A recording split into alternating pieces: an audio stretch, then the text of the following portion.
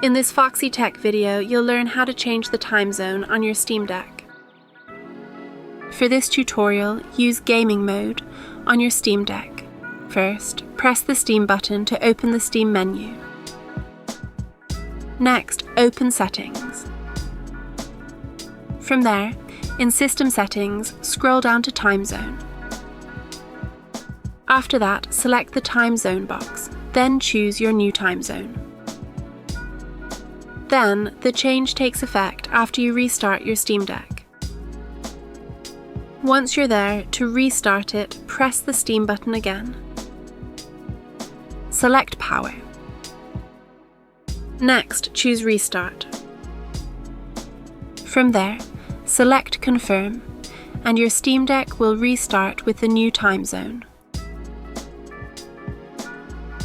And that's how you change the time zone on your Steam Deck. Subscribe to Foxy Tech for more Steam Deck tutorials.